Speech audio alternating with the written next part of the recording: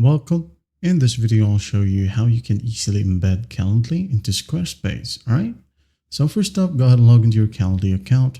And once you're in here, go to the left panel and make sure that you're under the event type section. Okay. Now, once you're in here, go to the right side and click on the cogwheel or settings icon. Click on it. Now go ahead and click on add to website. Okay. Click on it and you have three options, which is pop-up text, widget, and inline embed. Okay.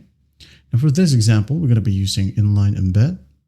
Just going to click on it. You can go ahead and use the other two if you want to. Okay.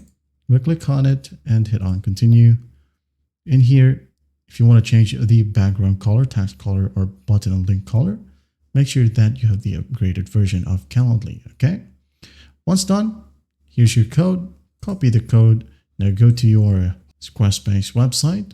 Now go ahead and maybe add a block like so. Then look for embed. There you go. Click on it. Now it will ask you to add an embed URL or code. Hit on edit like so. Code snippet. Embed data. Right click and paste. Go back. Once that's done, hit on save.